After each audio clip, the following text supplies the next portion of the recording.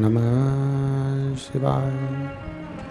ओम नमः शिवाय। ओम नमः शिवाय। ओम नमः शिवाय। ओम नमः शिवाय। ओम नमः शिवाय। नमः शिवाय। ओम नमः शिवाय। ओम नमः शिवाय। ओम नमः शिवाय। ओम नमः शिवाय। ओम नमः शिवाय। ओम नमः शिवाय। ओम नमः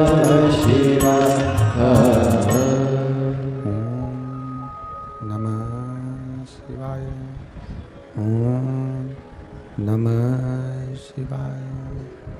ओम नमः शिवाय। ओम नमः शिवाय। ओम नमः शिवाय। ओम शिवाय। ओम नमः शिवाय। ओम नमः शिवाय।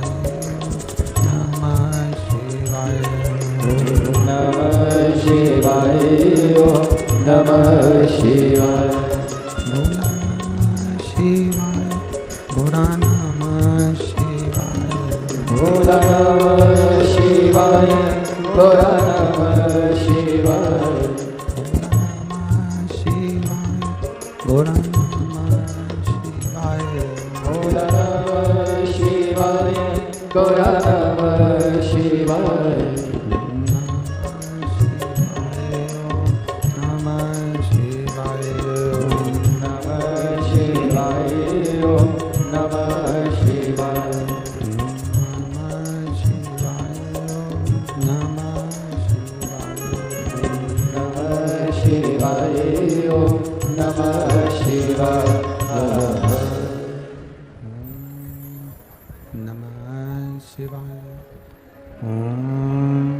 नमः शिवाय।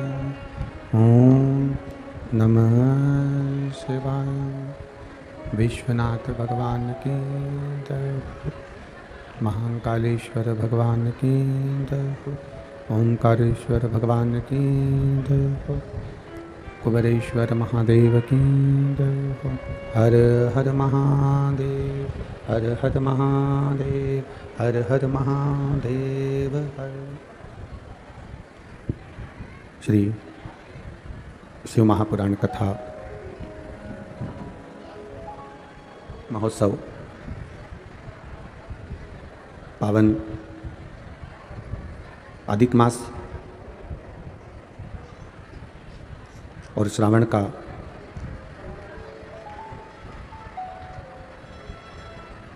पावन अवसर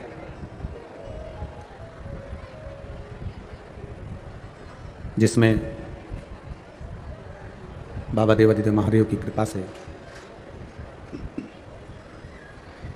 भगवान शिव की पावन शिव महापुराण की कथा श्रवण करने का सौभाग्य बाबा देवादिदेव महादेव की कृपा से तिल्दा नगर में, तिल्दा नेवरा छत्तीसगढ़ की पुनीत पावन भूमि पर आप और हमको श्रवण करने का सौभाग्य प्राप्त हुआ है। कथा मंडप में विराजमान संत, भगवंत, ब्राह्मण जन, गुरुजन, तपस्वी, साधक, उपासक, स्वर्गीय श्री शंकरलाल जी अग्रवाल, स्वर्गीय श्रीमती अनीता देवी अग्रवाल जी की स्मृति में श्री घनश्याम लाल जी अग्रवाल, श्रीमती पुष्पा देवी अग्रवाल, श्री अंकित जी अग्रवाल, श्री प्रिया जी अग्रवाल, कुमारी देविका जी अग्रवाल, कुमारी आकांक्षा अग्रवाल, तिल्दा नेवरा छत्तीसगढ़। एक बार जोरदार ताली बजाकर यजमान परिवार के लिए बहुत बहुत साधुवाद का। घनश्याम जी अग्रवाल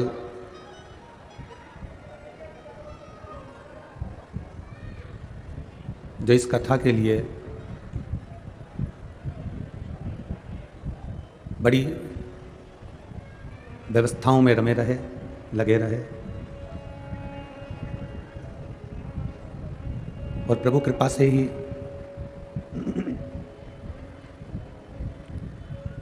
ये वाले भगवान शिव की अनुपम कृपा, करुणा, दया, उदारता बाबा देवादिदेव महादेव की हुई है। तिल्दा नेवरा के इस क्षेत्रवासियों को तो इतनी प्रसन्नता का भाव होना चाहिए कि अधिक मास में सावन और सावन में अधिक मास और उसमें शिव महापुराण की कथा छत्तीसगढ़ का भाग्य बना दिया।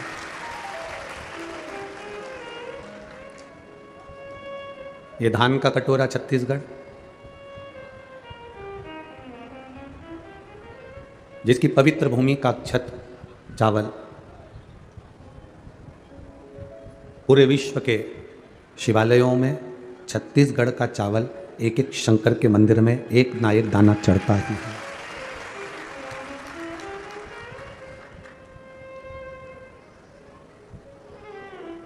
छत्तीसगढ़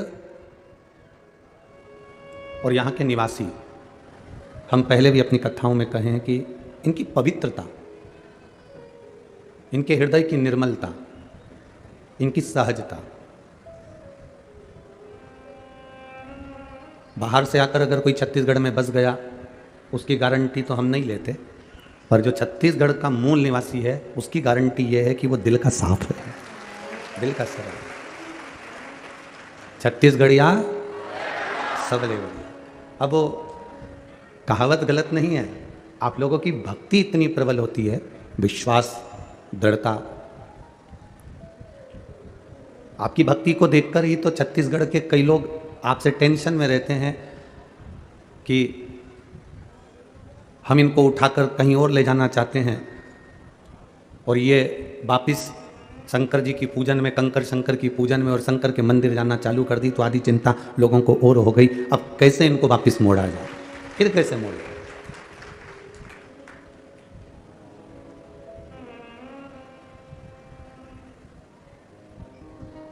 धन से गरीब हो जाना चल जाएगा, दिखावे से गरीब हो जाओगे चल जाएगा, परिवार से गरीब रहोगे चल जाएगा, पर शिव महापुराण की कथा कहती है कभी अपने दिल से गरीब मत होना, वो नहीं चल पाएगा।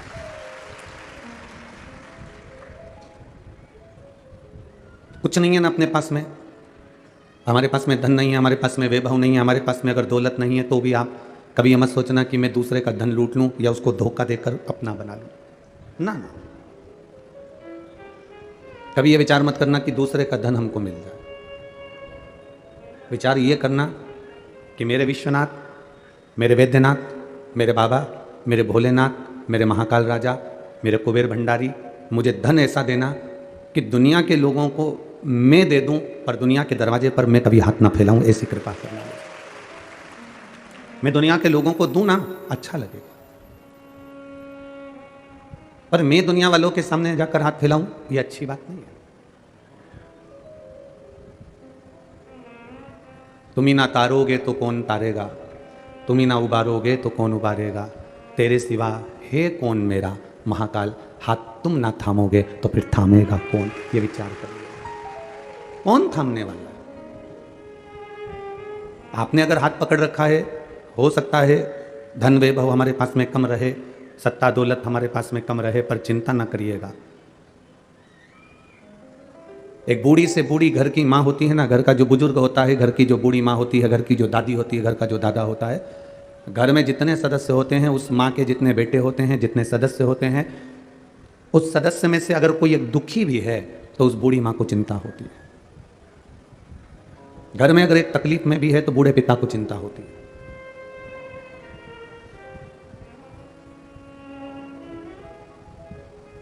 हम जब आ रहे थे तो किसी ने कहा कि छत्तीसगढ़ में पानी बहुत गिर रहा है, बड़ा बड़ा टेंट लगा है, इतना भीड़ आ जाए ना, बहुत बड़ी बात है। हम फिर उनसे कहेंगे ये शिव पुराण की कथा भीड़ बढ़ाने के लिए कभी नहीं करते, भक्त के हृदय में शिव की भक्ति बढ़ाने का प्रयास करते हैं। भीड़ बढ़ाने का काम तो नेता करते हैं। अगर संत, सदगुरु, कथावाचक, तपस्वी, साधक, उपासक अगर भीड़ बढ़ाने का काम करेंगे तो फिर नेता क्या करेंगे? संत, गुरु, साधक, तपस्वी, एक कथा का वक्ता, एक मार्ग को प्रशस्त करने वाला आपको शंकर की भक्ति देने का प्रयास करता है, आपको शिव भक्ति देने का प्रयास करता है, वो भीड़ बढ़ाने का प्रयास नहीं करता। और हम इतनी जब यहाँ पर पंडाल में प्रवेश करें तो देखा कि सारे पंडाल खचाखच भरे हुए हैं। उससे ये समझ में आता है कि आपके भीतर शंकर की कथा भी खचाखच भर गई, इसलिए आप इस पंडाल में खचाखच भरे हुए आए। कोई सहज में थोड़ी ना आ जाता है शिव महापुराण की कथा में, कीचड़ में, पानी में, जल वृष्टि हो रही है, बैठने को मिलेगा कि नहीं मिलेगा, कुछ मिलेगा ना मिलेगा, क्या मिलेगा कोई पता नहीं। कुछ कृपा शिव की है तो उसने तुम्हें बुलाया। दिखावे से भले गरीब होके चलेगा, धन से भले गरीब होके चलेगा, सत्ता और वैभव से भले गरीब होगा चलेगा, पर मन से कभी गरीब मत होगा। ये दिल, ये हृदय, ये चित्त, ये तुम्हारा हृदय, जितना जितना तुम इस हृदय को ये मानकर चलोगे कि मेरे भोलेनाथ ने जो दिया मुझे कम ना दिया। शरीर तो अच्छा दिया ना, हाथ तो अच्छे दिए ना, पाँव तो अच्छे दिए ना, नेत्र तो अच्छे दिए ना, भजन करने के लिए मुख तो अच्छा दिया, और जिस घर में मुझे जन्म दिया वो घर भी अच्छा दिया, मेरे परिवार वाले मिले मुझे अच्छा मिला, मेरा छत्तीसगढ़ मुझे मिला, और मेरी पवित्र मातृभूमि भारत देश मुझे मिला। इससे बढ़कर वो कुछ नहीं चाहिए। मैं एक हिंदुस्तानी हूँ, मैं एक भारतीय हूँ, भारत में रह रहा हूँ। हमने पहले कथा में कहा अमेरिका में मरने वाले के आगे कभी उसके फोटो में तुम पढ़ना, उसमें लिखा रहेगा डेथ। अमेरिका में मरने वाले के सामने स्वर्गवासी नहीं लिखते। न्यूजीलैंड, हॉलैंड, इंग्लैंड, जितनी जगह पर आप घूमेंगे यहाँ पर मरने वाले के आगे कभी नहीं लिखा रहता कि स्वर्गवासी। केवल एक भारत की भूमि ऐसी है, यहाँ पर एक बेवड़ा भी मरता है दारू पीने वाला तो भी उसके नाम के आगे स्वर्गवासी लिखा होता है, क्योंकि भारत की भूमि पर जन्म लेकर मरा है। यहाँ झूठ बोलने वाला, कपट करने वाला, बेईमानी करने वाला, छल करने वाला, प्रपंच करने वाला भी अगर मरता है तो उसके नाम के आगे स्वर्ग लिखा रहता है, स्वर्गवासी। मतलब वो कितना भी बेकार है पर उसने एक काम अच्छा करा कि भारत की भूमि पर जन्म लिया। ये मातृभूमि, ये भारत की भूमि कोई सहज नहीं है। सभ्यता, संस्कृति और मर्यादा की देने वाली है, संस्कारों की देने वाली। यहां जन्म लेने वाला कोई साधारण नहीं होता। भगवान की अविरल भक्ति करने वाला, भगवत स्मरण करने वाला कोई साधारण नहीं होता। कोई कोई बगीचे में फूल लगा होता है, वो फूल बड़ा सुंदर दिखता है, परंतु हम उससे भी अच्छा फूल पाने का प्रयास करते हैं, हम उससे भी अच्छा फूल ढूंढने का प्रयास करते हैं। एक महिला को, एक व्यक्ति को, दोनों को बगीचे में छोड़ा गया कि इस बगीचे का सबसे सुंदर फूल जो है उसको तुम तोड़ कर लेकर आ जाओ। जैसे ही वो बगीचे में प्रवेश करे, कितना बड़ा गुलाब का फूल लगा था, बड़ा सुंदर था, इतना सुंदर उनकी दृष्टि में वो आ गया, मन को भा गया और वो उस फूल को लेने लगे। तो दोनों ने विचार करा कि नहीं नहीं, इससे अच्छा फूल हो सकता है, आगे होगा। और आगे बढ़े, फूल वहाँ देखा तो बहुत सुंदर था, इतना बढ़िया फूल है, और आगे देखते हैं। और आगे गए, फूल और सुंदर था, चलो यही तोड़ लेते हैं, ना ना इससे आगे और कोई फूल होगा। और आगे गए, वहाँ फूल देखा, बहुत सुंदर है, इसको तोड़ लेते हैं।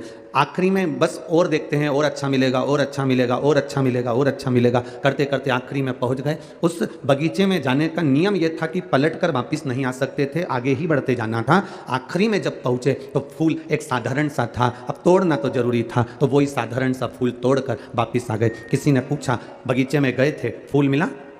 कहा, जब हम अंदर प्रवेश करे थे बड़ा सुंदर फूल था, और अंदर गए और अच्छा फूल था, और अंदर गए और अच्छा फूल था, और हम ये सोचते रह गए कि और अच्छा मिलेगा, और अच्छा मिलेगा, और अच्छा मिलेगा, और अच्छा मिलेगा। ये ढूंढते ढूंढते हम आखिरी में पहुंच गए और मालूम पड़ा कि वो फूल अच्छा नहीं मिल पाया। फिर जैसा था उसमें हमें एडजस्ट करना पड़ा, जैसा मिला हमें उसमें रहना पड़ा, और हम ये फूल लेकर आए हैं। हमारी भी जिंदगी ऐसी ही है।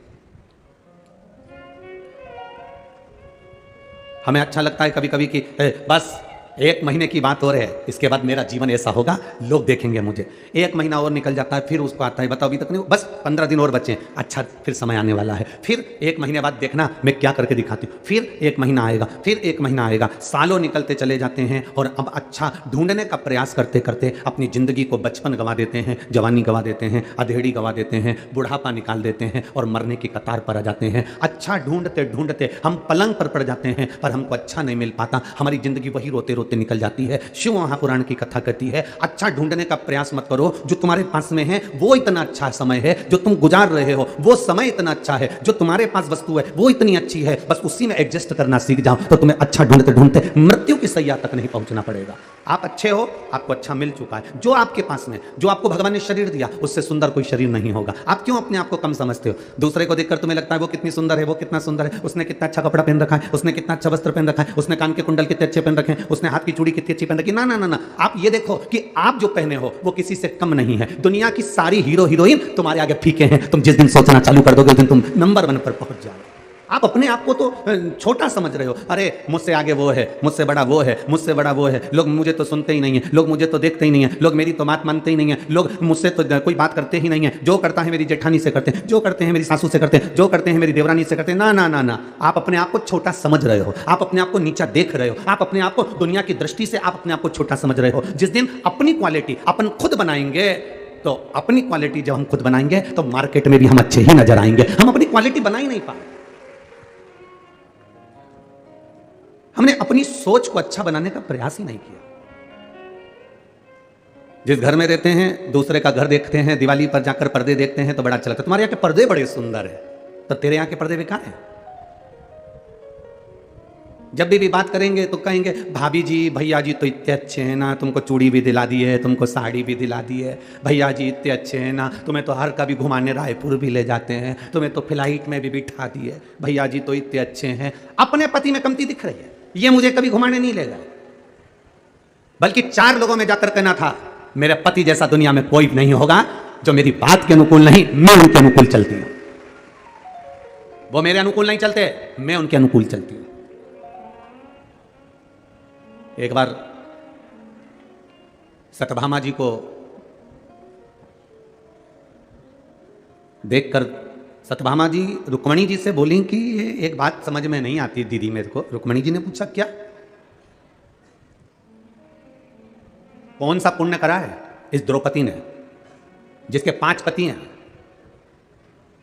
कौन सा पुण्य करा इस द्रौपदी ने जिसके 5 पति हैं और वह 5 पति भी इसके कहने में चल रहे हैं? आप देखिएगा जरा, वो पुण्य कौन सा है?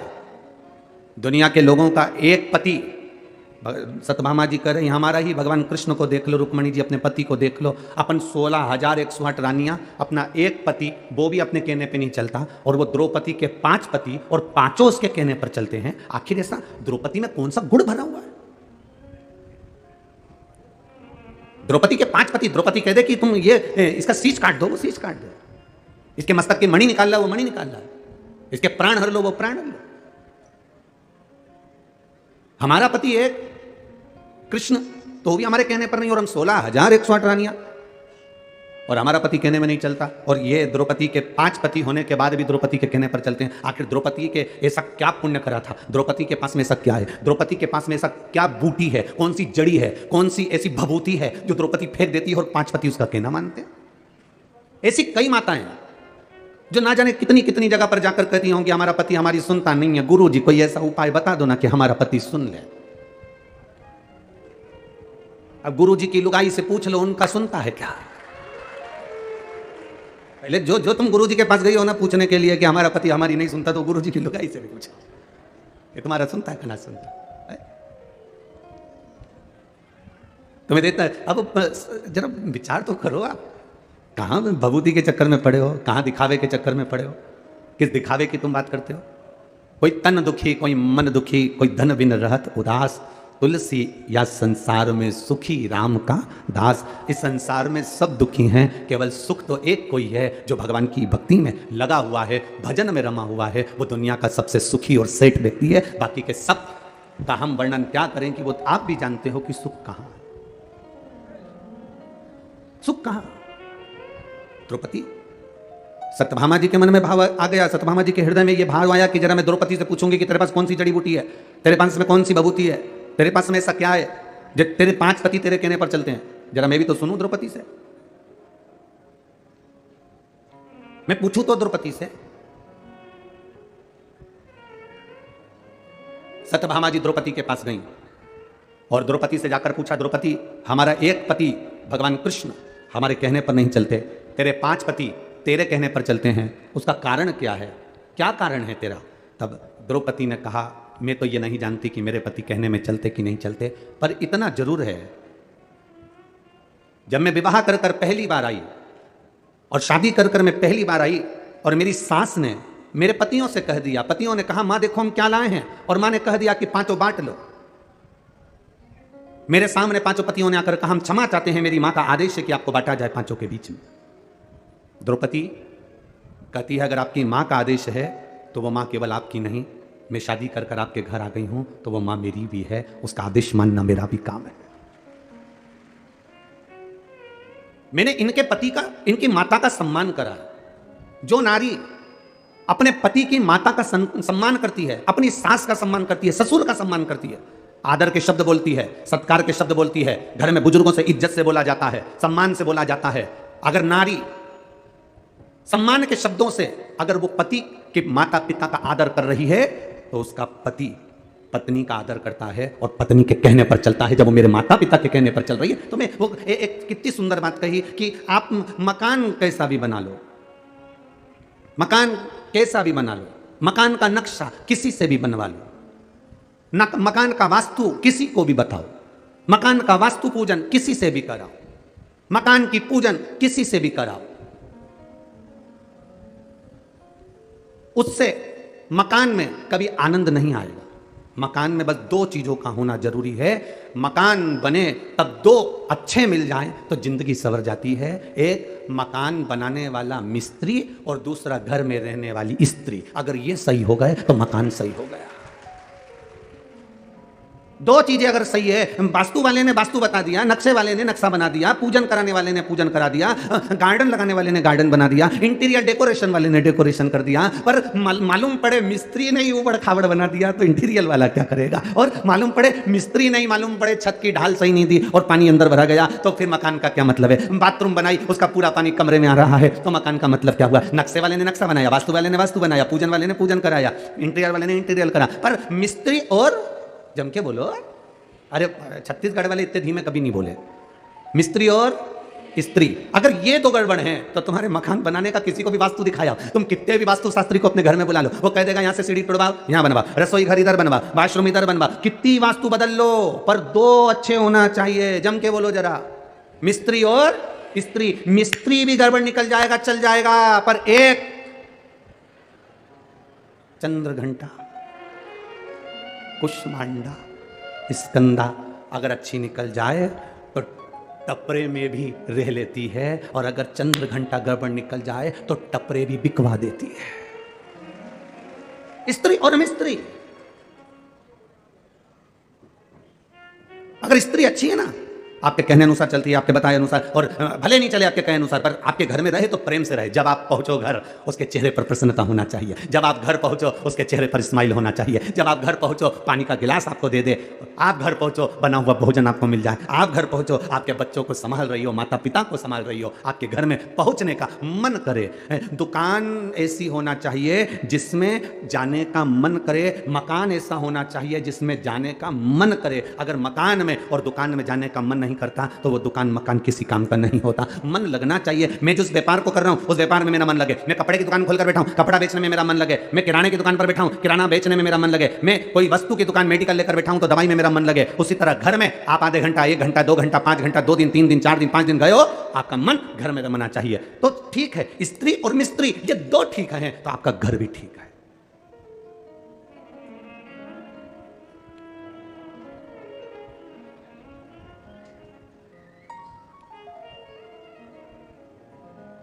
आपका स्वरूप का एक आनंद भी ठीक है। बनाओ आप मकान का नक्शा, किसी से बनवाना हो तो हमें कोई दिक्कत नहीं है। वास्तु जिसको दिखाना है दिखाइए, मना नहीं है। पूजन जिससे कराना है कराइए, मना नहीं है। इंटीरियर जिससे कराना है कराइए, पर 2 चीज़ों का स्मरण रखिएगा, मिस्त्री और स्त्री का स्मरण करिएगा।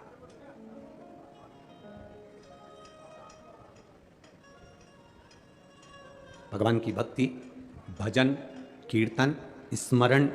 स्वयं द्रौपदी से सत्यभामा जी ने पूछा कि तू ये बता कि तेरे 5 पति तेरे कहने पर चलते हैं? जो माताएं दूसरों के पास जाकर कहती हैं बाबा जी ऐसा बता दो कि हमारा पति हमारे अनुकूल चले, उन माताओं से निवेदन है कहीं मत जाना।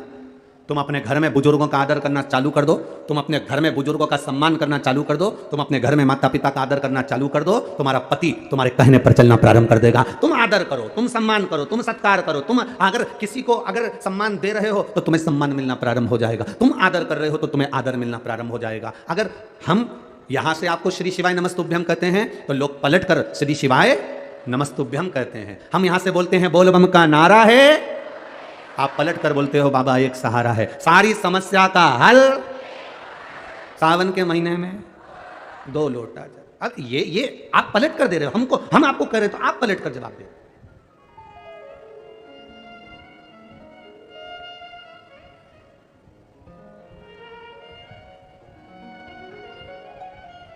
या आपके भीतर भाव जागृत हो।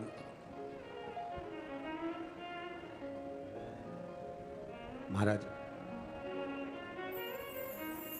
आपके भीतर जब मिलन की आस, परमात्मा के दर्शन की आस प्रबल होती है तब परमात्मा को खुद दर्शन देने आना पड़ता है। स्वयं एक भक्त की कथा बड़ी विचित्र है जिसका नाम था नंदनार।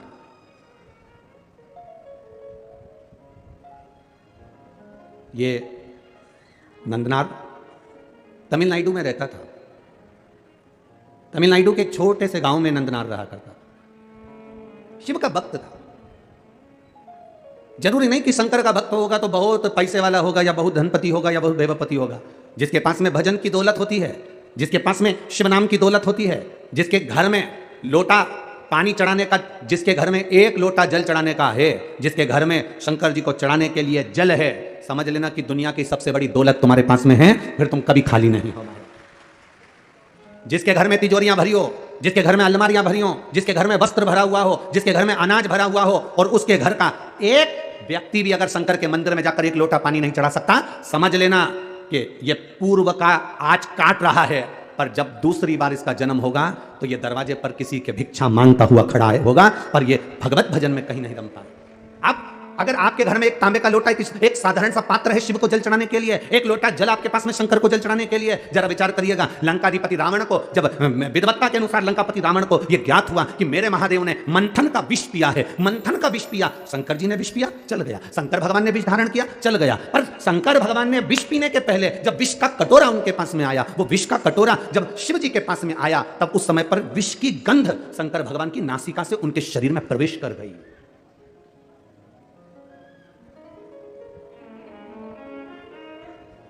वो ऐसा बिक्स का एक ऐसा वो होता है, उसको नाक में ऐसे डालो तो खींचते हैं सर्दी होने पर। क्या बोलते हैं वो तो तुम्हें मालूम होगा, ठीक है। बाम की डब्बी होती है, बिक्स की डब्बी होती है। किसी किसी की आदत होती है शाम को सोने से पहले वो थोड़ा थोड़ा नाकों में सूंघ लेते हैं, भेजे में वो चला जाता है सूंघने पर। चलो ये भी जाने दो, एक नया तरह का नशा ट्रेन में जो लोग अपना कपड़ा उतार कर पोछा लगाते हैं, वो जरा जरा से लड़के बच्चे ट्रेन के अंदर, तुम्हें कितनी दया आती है कि ये ट्रेन में पोछा लगा रहा है, ये ट्रेन में अपना कपड़ा उतार कर हमारे कक्ष को साफ कर रहा है, हमारी बर्थ को साफ कर रहा है, हमारे कोच को साफ कर रहा है। उस बच्चे को किसने कहा कि तू ट्रेन में पोछा लगा? उस बच्चे को किसने कहा कि तू ट्रेन में जाकर अपने कपड़े को उतार कर सफाई कर? प्रशासन कभी किसी को नहीं कहता कि तुम सफाई करो, उसने अपने सफाई कर्मी लगा कर रखे हुए हैं। पर वो बच्चा अपने कपड़े उतार कर सफाई इसलिए करता है, तुम 1-2 रुपए दे दो, वो 1-2 रुपए मिलेंगे, कहीं से नशे का सामान लाएगा, रुमाल में उसको डालेगा और सूंघेगा सूंघेगा सूंघेगा, और नशा कर कर कर वो बच्चा एक दिन मर जाता है। और वो बच्चा जो मरता है, जो सूंघ सूंघ कर मर गया नशा कर कर, उसमें मरने में तुम्हारा भी 1 रुपया लगा है, इसलिए तुम्हें भी उस पाप के भागीदार बनना पड़ता है और तुम्हें भोगना पड़ता है। इसीलिए शिव महापुराण की कथा कहती है, बेटी, गाय और लक्ष्मी 50 बार विचार करना कि कहां तुम दे रहे हो। बेटी को देने से पहले विचार करो कि बेटी किसको दे रहे हो, गौ माता को देने से पहले विचार करो कि गाय किसको दे रहे हो, और लक्ष्मी, किसी भिखारी के कटोरे में पैसा डालने से पहले विचार करना कि कहीं मदिरा पान में तो नहीं लगाएगा, कहीं मांसाहार में तो नहीं लगाएगा, कहीं जुए में तो नहीं लगाएगा, कहीं गलत जगह पर तो नहीं लगाएगा, क्योंकि देने वाले को रोना पड़ता है। 50 बार विचार करो, उसके बाद विचार कर सोचना कि मैं दूं कि ना दूं। अब तुमने, वो बच्चा जो था वो नशा काय से कर रहा था? सूंघने से। सूंघता था और वो नशे में धुत हो जाता। अब कौन सा नशा वो करता था कि सूंघकर पूरा शरीर उसका बेकार हो जाता, शिथिल पड़ जाता, नशे में धुत हो जाता, संभल नहीं पाता, चल नहीं पाता, बस शुद्ध में लगा रहता। उसी तरह लंकाधिपति रावण को यह ज्ञात हुआ,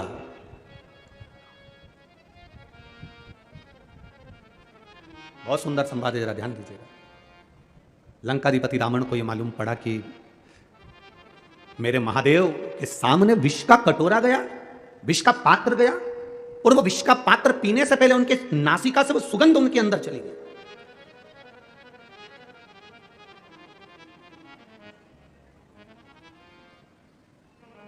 डॉक्टर के पास जाकर कहना, डॉक्टर साहब मेरा पेट बहुत दुख रहा है। डॉक्टर एक गोली देगा, केवल एक गोली दे देगा कि डॉक्टर? जम के बोलो जरा, जितने बैठे हो, 1 2 3 4 जितने पंडाल में बैठे हो सब जम के बोलो, दे देगा? नहीं देगा।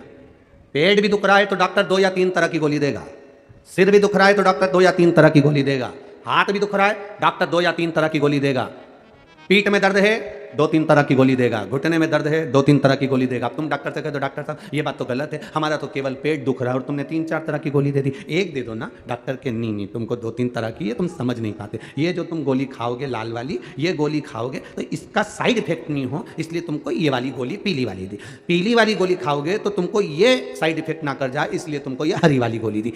एक गोली के साइड इफेक्ट को हटाने के लिए दूसरी दी जाती, दूसरी के साइड इफेक्ट को हटाने के लिए तीसरी दी जाती है। उसी तरह लंकाधिपति रावण ने सोचा कि भगवान देवाधिदेव महादेव विष तो पी गए, पर महादेव ने जो विष का कटोरा सामने आया और उसकी गंध जो इनके शरीर में चली गई, उस साइड इफेक्ट को हटाया कैसे जा सकता है। तब लंकाधिपति रावण ने देव ऋषि नारद को बुलाया। देव ऋषि नारद से कहा, ये आनंद रामायण का बड़ा सुंदर संवाद है, जरा ध्यान रखिएगा। देव ऋषि नारद को बुलाया और देव ऋषि नारद को बुलाकर कहा, नारद बताओ महादेव की भक्ति में कुछ तो कमी रह गई है। महादेव भले विष पी लिए, नीलकंठधारी बन गए, पर उनको जो विष की गंध है वो उनके शरीर में पहुंच गई है। मेरे बाबा के अंदर पहुंची हुई वो गंध कैसे समाप्त हो सकती है? जब उनके अंदर की गंध समाप्त हो जाएगी तो मैं जानता हूं कि मेरी जिंदगी भी सवर जाएगी, मैं सोने की नगरी में जाकर बैठ जाऊंगा। तुम बताओ क्या करूं मैं? नारद जी ने कहा, ये मैं नहीं बता सकता। नारद जी ने कहा, मेरे मित्र तुम रुका जी के पास जाओ। तुम रुका जी के पास देव ऋषि नारद ने भेज दिया। लंकाधिपति रावण तुम रुका जी का भजन करने लगे, तुम रुका जी का स्मरण करने लगे। शंकर का कोई उपासक, शंकर का कोई भक्त, शंकर की चर्चा करने वाला, शिव की भक्ति में जनता को, जनमानस को, भक्तों को डुबोने वाला, शिव के स्मरण में रमने वाला, शंकर के मंदिर में रोज 1 लोटा जल चढ़ाने वाला, इसका केवल एक सानिध्य मिल जाए, इसका केवल एक दर्शन भी हो जाए तो समझ लो कि तुम्हारी जिंदगी सार्थक हो गई, तुम्हारा जीवन सार्थक हो गया।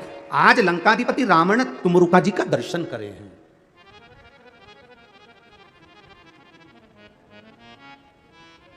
और लंकाधिपति रावण ने तुमरुका जी से पूछा कि बताओ शंकर जी के शरीर में जो विष सूंघा गया, जो विष पीने के लिए आया, तो उसकी गंध जो शरीर में आ गई, उसकी तरंग वो कैसे समाप्त हो? तुमरुका जी ने कहा, रावण दशानन 10 ग्रीवा सुनो, श्रावण का महीना हो, भूलवश में 2 हाथ में अगर गंगा जल हो, शिव को समर्पित हो,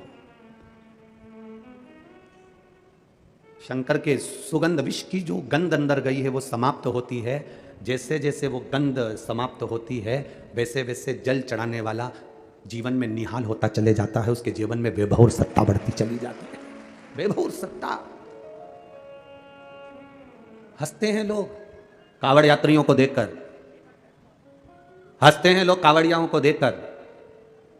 लोग हंसी कर करके अपनी अपनी फेसबुक आईडी पर, अपने अपने यूट्यूब पर, अपने अपने मोबाइल पर, इंस्टाग्राम पर ये कावड़ियों को देखकर हंसकर इनका वीडियो बना बना कर डालते हैं कि ये पढ़े लिखे नहीं हैं, ये नहीं है, ये वो नहीं है। दुनिया के लोग, ताना देने वाले, अपशब्द कहने वाले, कई तरह के लोग हैं जो सनातन धर्म पर उंगली उठाते रहते हैं 24 घंटे बैठकर। कई लोग ऐसे हैं जो सनातन धर्म पर केवल आक्षेप लगाते रहते हैं 24 घंटा।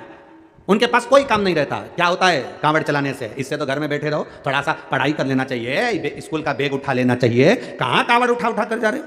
कौन ने कहा तुमको कांवड़ उठाने के लिए? ये दुनिया के लोग हैं जो ताना दिए बिगर नहीं रह सकते। उनको जवाब है तुमरुका जी का, उनको जवाब है देवर्षि नारद का, उनको जवाब है लंकाधिपति रावण का।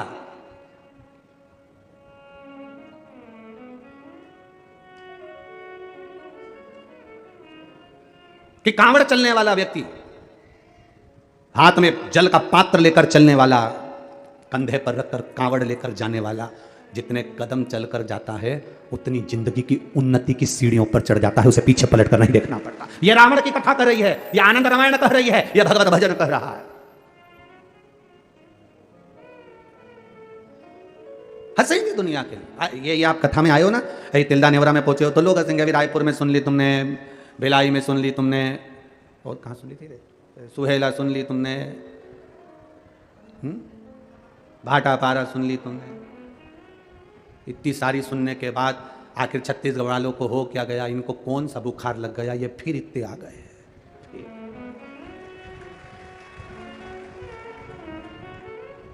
ये सब अपने घर से क्या फ्री हैं?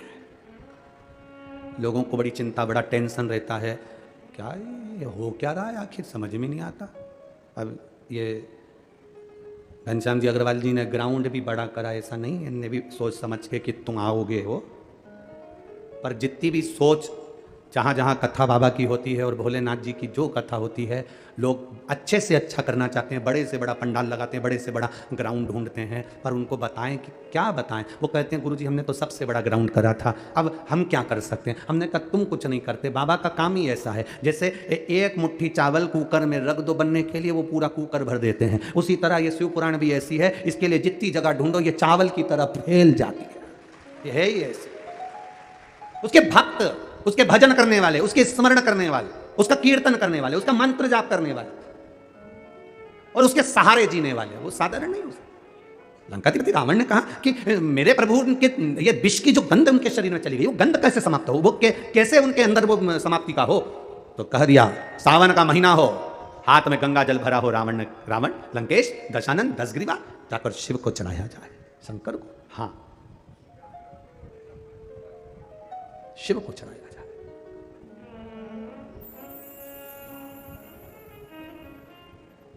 कावड़ का एक नियम रहा है, आप लोगों के स्मरण में होगा। जितने भारत के भूमि के, इस विश्व के लोग, जितनी कथा कावड़ शिव महापुराण की कथा तिल्दा नेवरा में चल रही है, इसमें हम सुनेंगे कि कावड़ का नियम क्या होता है। कावड़ का जल किस जगह पर रख दिया जाए लाकर थोड़ा सा, कि जीवन में कभी संपदा की कमी ना हो जिंदगी में। कावड़ का एक नियम होता है कि कावड़ को ये कंधे से ये कंधे पर रखना है तो सिर के ऊपर से कभी नहीं लिया जाता। कावड़ का एक नियम है। कावड़ को इस कंधे से इस कंधे पर लाना है तो सामने से लाया जाता है, पीछे से लाया जाता है, पर सिर पर से बार कर उसको वापस नहीं लाते, सिर पर से बार कर। कावड़ का एक नियम होता है, जिस नारी का, जिस व्यक्ति की संतान नहीं होती है, उसको कावड़ यात्रा करने से पहले अपनी गोदी में धान चावल को भरना पड़ता है। गोदी में उसको जब तक महादेव के दरवाजे तक नहीं चली जाती, जब तक उसकी गोदी में वो धान चलते चलते उसकी झोली में वो हिलता रहता है। कावड़ का जल उसके कंधे पर रहता है, और जब वो कावड़, जिसकी औलाद नहीं, संतान नहीं, जब वो कावड़ का जल महादेव को चढ़ाती है तो पहले जल समर्पित करने के बाद फिर चावल के दाने बाबा के उस शिवलिंग पर समर्पित करती है कि बाबा मेरी गोदी में तू यहाँ तक लेकर आया है, ये गोदी खाली मत छोड़ना, मेरी गोदी भर देना, भले 25 साल हो गए।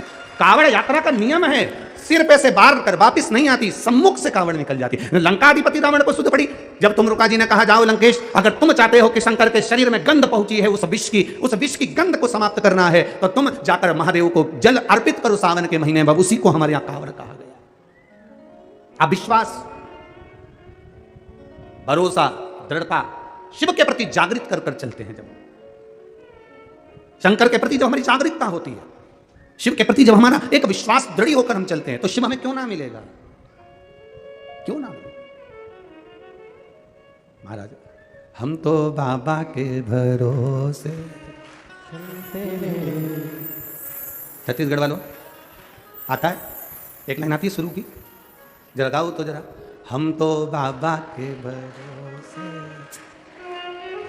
हम तो बाबा के भरोसे चलते हैं, शमशान वासी हमारा, शमशान वासी हमारा, ओ भोला सब दुख काटो मारा, ओ भोला सब दुख काटो। भगवान शिव की कथा कहती है, लंकाधिपति रावण ने भगवान शिव जी को जो विष की गंध भीतर पहुंची, उस भाव से शंकर को जलाभिषेक किया। एक बड़ा सुंदर भाव व्यक्त करता है। हमने पहले भी कथा में कहा, रायपुर की कथा में भी कहा और भाटापारा में भी कहा था। विषम परिस्थिति में किसी के हाथ जोड़ने से अच्छा है, किसी के पास जाकर बैठकर रोने से अच्छा है देवादिदेव महादेव के मंदिर में एक लोटा जल धीरे धीरे एक बेलपत्री समर्पित कर कर, बेलपत्री की जो डंडी है बस शिवलिंग पर, ये शिवलिंग, ये जलाधारी, ये माता पार्वती जी का हस्तकमल शिवलिंग, ये बेलपत्री, ये दंडी का जो मुख है वो अशुक सुंदरी की ओर समर्पित कर कर एक लोटा जल धीरे धीरे, बिल्कुल धीरे धार में अपने हृदय की बात बाबा से दिल से कहते हुए, बाबा बहुत दुखी हूँ, बहुत कष्टमय जीवन है बाबा, बहुत तकलीफ में जीवन चल रहा है और तू ना संभालेगा तो संभालेगा कौन? त्वमेव माता च पिता त्वमेव बंधुश्च सखा, सब कुछ तो तुमको मान लिया। जब से शिव महापुराण की कथा सुन रही हूं तब से मैंने किसी को नहीं, केवल आपको पिता माना है, आपको भाई माना है, आपको सखा माना है, आपको अपना माना, आपको दादा माना, आपको मैंने नाना माना। आप ही तो हैं जो संभाल सकते हैं। शिव बाबा से एक लोटा जल अगर समर्पित कर रहे हैं धीरे धीरे, कभी तुम्हारे चित्त में ऐसा आए कि मुझे बहुत टेंशन चल रहा है और मेरा जीवन ठीक नहीं चल रहा, हम कहेंगे, आज के ज़माने में लोग हताश हो जाते हैं तो सोचते हैं कि सुसाइड कर लूँ, मर जाऊं। हम उनसे इतना सा कहना चाहेंगे कि मरने का प्लान फिर बाद में कर लेना। हम तुमको मना नहीं करेंगे कि तुम मरने का प्लान मत बनाओ, तुम्हारा मन हो तुम बाद में प्लान बनाना। एक बार विचार कर लेना कि अभी नहीं मरूंगा, अभी मैंने कथा सुनी है और सुना है एक लोटे जल का महत्व क्या है। कर्जा हो गया ना चुक जाएगा, दुख आ गया ना कट जाएगा।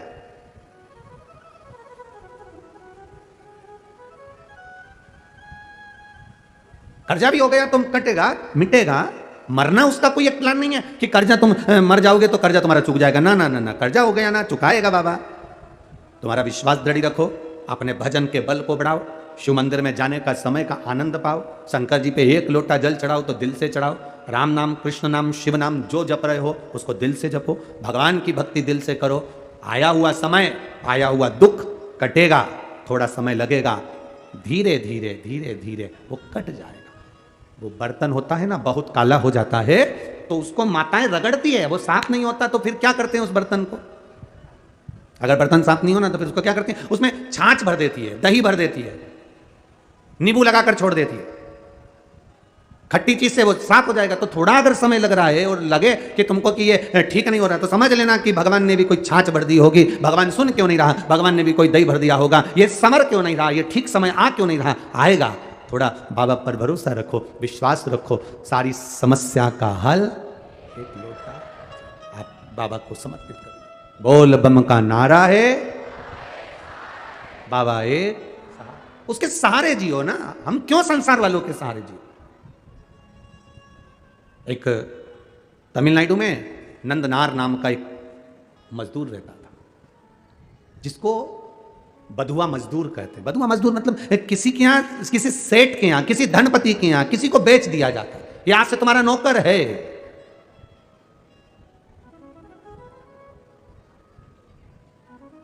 नंदनार को उसके घर वालों ने उसको दे दिया, सेठ जी ये तुम्हारा, अब तुम जानो।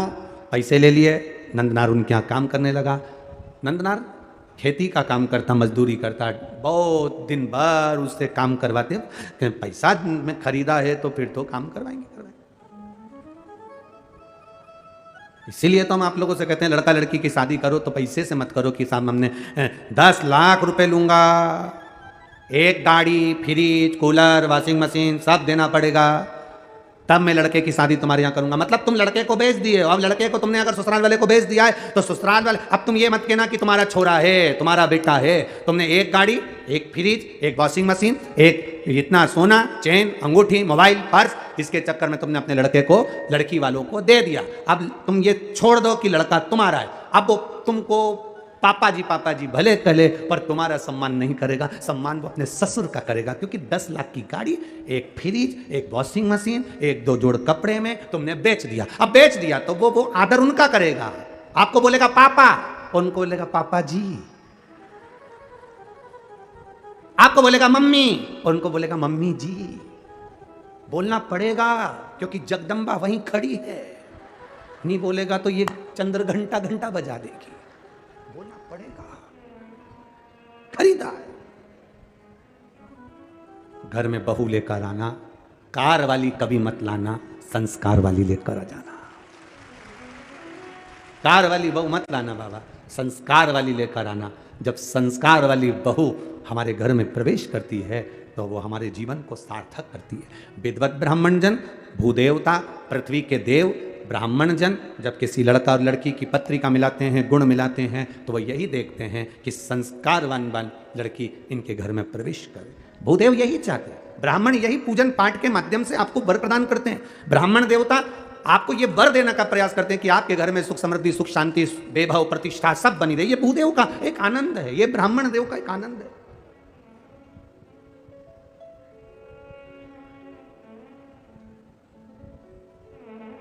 अब नंदनार काम कर रहे हैं, पर नंदनार के हृदय में एक बड़ा बड़ा भाव था। नंदनार जिस सेठ जी क्या काम करते थे, उस गांव से 25 किलोमीटर दूर तिरुपुंगुर नाम का एक शिव मंदिर है तमिलनाडु में। तिरुपुंगुर 25 किलोमीटर दूर था वो मंदिर। नंदनार शिव की भक्ति में रमे रहते थे, खेती करते, काम करते, डलिया धोते। सेठ भी ऐसा कि 24 घंटे में से केवल 4 घंटा उसको आराम करने देता, बाकी का 20 घंटा उसको रधेड़े रखता, काम करवाता रहता। वो भी बेचारा मजदूर था, बधुआ था, बंधा हुआ था, कर रहा। निवेदन आप सबसे, धन से किसी को बांधने का प्रयास मत करो। धन और भय से कभी मत बांधना। आज तक इस शिव महापुराण की कथा में आपको कभी भय नहीं बताया कि तुम अगर शंकर जी को जल नहीं चढ़ाओगे तो तुम्हारे साथ ऐसा हो जाएगा, तुम अगर शंकर जी का व्रत छोड़ दोगे तुम्हारे साथ ऐसा हो जाएगा, तुम अगर शंकर जी के साथ ऐसा करोगे तो तुम्हारे साथ ऐसा हो जाएगा, क्योंकि शिव महापुराण में कहीं भय लिखा ही नहीं है। ये तो दुनिया के लोगों ने शंकर भगवान को भय बना दिया। शिव जी क्रोध के देवता हैं, रुद्र देवता हैं, गलत करोगे गुस्सा करेंगे, गलत करोगे ऐसा हो जाएगा। शिव महापुराण की कथा कहती है शंकर भगवान को पशुपतिनाथ कहते हैं। पशुपतिनाथ मतलब पशुओं का भी वो देवता है, साधारण सा नहीं, वो भोला है। उसको क्रोध तो केवल तब आता है जब उसके भक्तों पर विपदा आती है, और वो विपदा कटती नहीं तब मेरे महादेव को क्रोध आता है। हर कभी शिव जी को क्रोध नहीं आता, हर कभी शंकर भगवान को क्रोध नहीं आता। घर में रहने वाली माँ को हर कभी क्रोध थोड़ी ना आता है, घर में रहने वाली स्त्री को, घर में रहने वाली बहू को हर कभी क्रोध नहीं आता। जब देवरानी जेठानी में क्रोध कब आएगा? देवरानी जेठानी की झगड़ा होगा तो गुस्सा नहीं आएगी, पति की बात होगी तो झगड़ा नहीं, क्रोध नहीं आएगा। देवरानी जेठानी में लड़ाई होती है केवल औलाद के चक्कर में, बच्चों के चक्कर में। जब अपने पुत्र की बारी आती है और बच्चे के साथ अगर कोई बात हो, अगर जेठानी ने डांट दिया, देवरानी ने कुछ कह दिया, किसी ने कुछ कह दिया, मोहल्ले के लोगों ने कुछ कह दिया, बच्चों के चक्कर में, तब घर की बहू, घर की दादी, घर का बुजुर्ग, घर का बड़ा अपने बच्चों के चक्कर में क्रोध कर सकता है, तो मेरा महादेव भी अपने भक्तों के चक्कर में क्रोध कर जाता है। जब उसके बच्चों को चोट पहुंचे, उसके हृदय को चोट पहुंचे।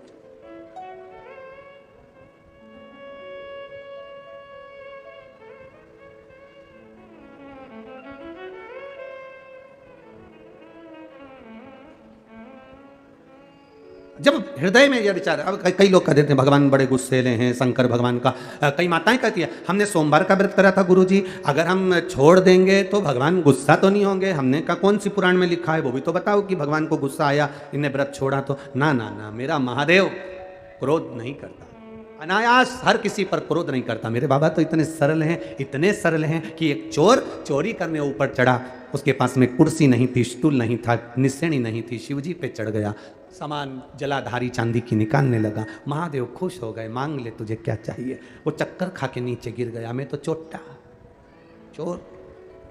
आज तक आप प्रसन्न नहीं हुए भोलेनाथ, और आज कैसे प्रसन्न हो गए? शिव जी कहते हैं लोग जल चढ़ाते, धतूरा चढ़ाते, बेलपत्री चढ़ाते, तो पूरा ही चढ़ गया, पूरा चढ़ गया। मैं प्रसन्न ना हूं तो क्या करूं?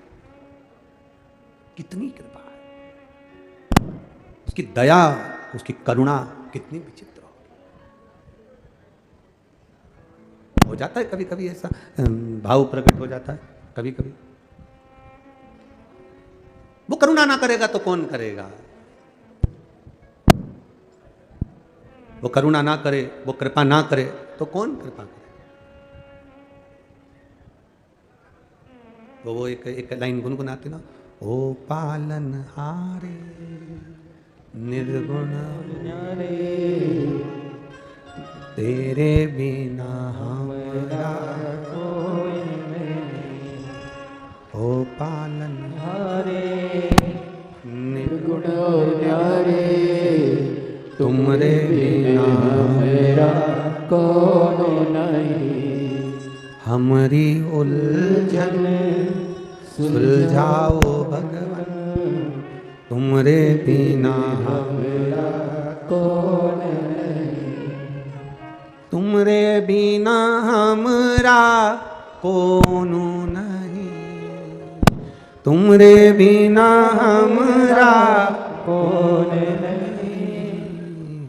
ओ पालन हारे निर्गुण और न्यारे, तुमरे बिना हमरा कौन नहीं।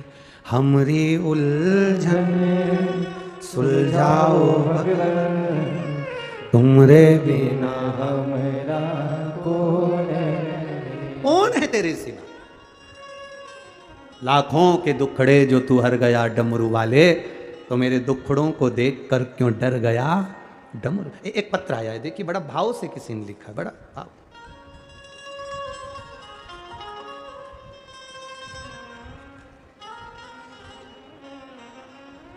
मेरा नाम पूर्णिमा साहू है, मेरे पति का नाम लक्ष्मण साहू है। मैं बिलासपुर सिरगिट्टी आवास पारा की रहने वाली हूँ। वार्ड क्रमांक 10, मोबाइल नंबर ये। कहीं बैठी हो तो हाथ हिलाइएगा। जहाँ कहीं बैठी हो, नाम पूर्णिमा साहू, मेरे पति का नाम लक्ष्मण साहू। कहीं बैठी हो तो हाथ हिला सकती हैं। जहाँ कहीं भी बैठी हो, इधर बैठी हैं, हाँ जी, हाथ हिला दो एक बार दीदी। हाँ, दोनों हाथ हिलाओ ऐसा, ठीक है, ठीक है। एक लोटे जल का बेलपत्र का मैं क्या वर्णन करूँ। आप लोग अपना पत्र जो पढ़ सकते हैं वो आस्था चैनल पर, टीवी पर भी पढ़ सकते हैं।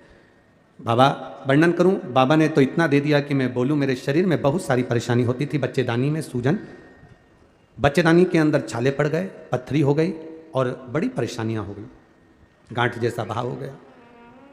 मेरा बीपी हमेशा लो ही रहता था और मुझे सांस लेने में भी परेशानी होती थी। खांसती थी तो मेरे मुंह में से खून निकलता था। जब खांसने में मुंह से खून निकलने लगा तो हमने बड़े बड़े डॉक्टरों में दिखाना चालू करा। डॉक्टरों को दिखाते और मालूम पड़ा कि टीवी की बीमारी बता दी। गुरुदेव बड़ी तकलीफ में आ गए। मेरी मम्मी ने बोला कि तुम शंकर की कथा सुना करो, टीवी पर आती है, शिव महापुराण किसी और वाला महाराज बाजता है। कुंदकेश्वर महादेव के नाम से जो भी जांच कराओ, बाबा का नाम लेते जाना, कुंदकेश्वर महादेव का नाम लेना और जांचें कराते रहना, दवाई लेते रहना। शिव वाला महाराज बोलता है दवाई भी खाओ और बाबा पर भरोसा रखो। बाबा पर भरोसा रखते हुए अचानक फिर तकलीफ बढ़ गई, सीने में दर्द बढ़ गया और फिर एक्सरे चालू हुए। वापिस फिर दिखाया तो उसमें टीवी बताई। गुरुदेव सब घबरा गए। तब मेरी माता ने कहा एक काम करो, शिवजी पे चढ़ा हुआ जल पीना चालू करो, एक बेलपत्र खाना चालू करो। मेरे घर के लोग जाते, जल चढ़ाते, पानी लाकर मुझे देते, पीना चालू करा। बाबा की कृपा से हमने बड़े हॉस्पिटल में रायपुर में फिर दिखाया। ऐसी कृपा बाबा ने करी, 2 हॉस्पिटल की रिपोर्ट आपको लगाई जिसमें टीवी बताया गया है। अगली रिपोर्ट जब आई तो मेरी टीवी का रोग समाप्त हो गया था और मैं ठीक हो गई। इसलिए बाबा को यहाँ नमन करने लगी। आप ठीक हैं बाबू? एक बार दोनों हाथ उठाकर बोलो हर हर शिव तत्व। एक पत्र बड़ा सुंदर आया है। जयंती जनसेना,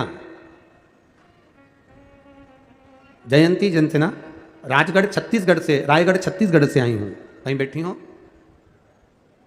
मेरी जेठानी की बहू की शादी को 9 साल हो गए थे, कोई संतान नहीं थी। बहुत इलाज कराया गुरुदेव। कहीं बैठी हो तो हाथ हिला सकती हैं।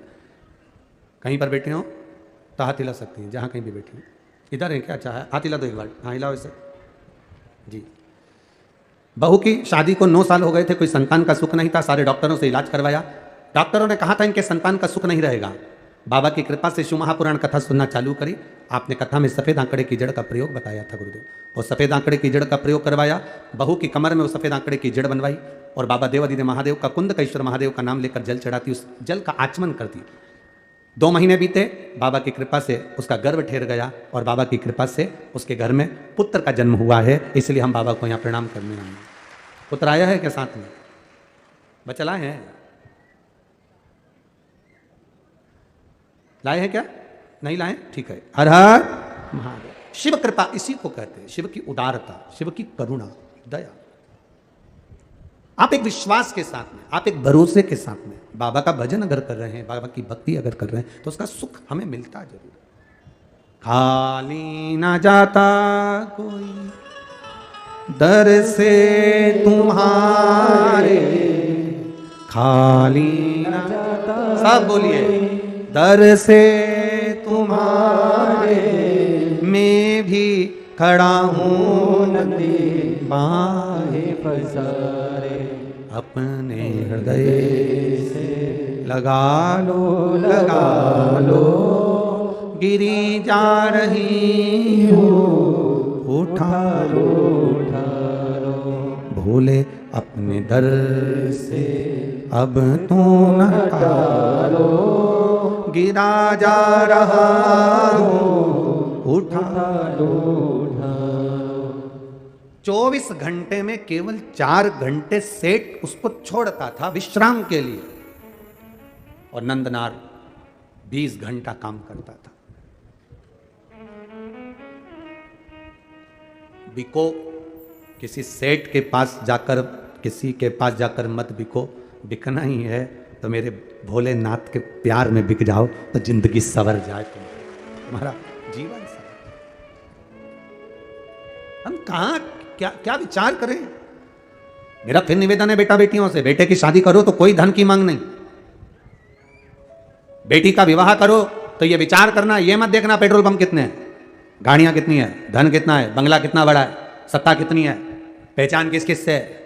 दुख की घड़ी आती है कोई पहचान वाला काम नहीं आता है।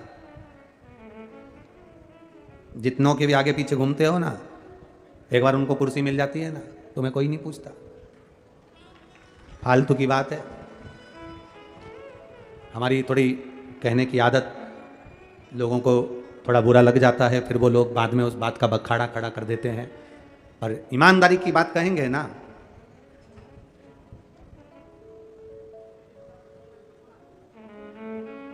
घोड़े के पीछे और बोल दें, बोलो छत्तीसगढ़ वाले बोल दें पक्का, घोड़े के पीछे और किसी सत्ताधारी वैभवपति धनपति पैसे वाले के आगे या पीछे कभी ना चलना। घोड़ा भी लात मार देता है और ये भी लात मार देते हैं। बहुत सोचिए, ये साहब अपना बस एक बार अगर अपना काम बन गया ना, बस उसके बाद फिर गायब, समाप्त।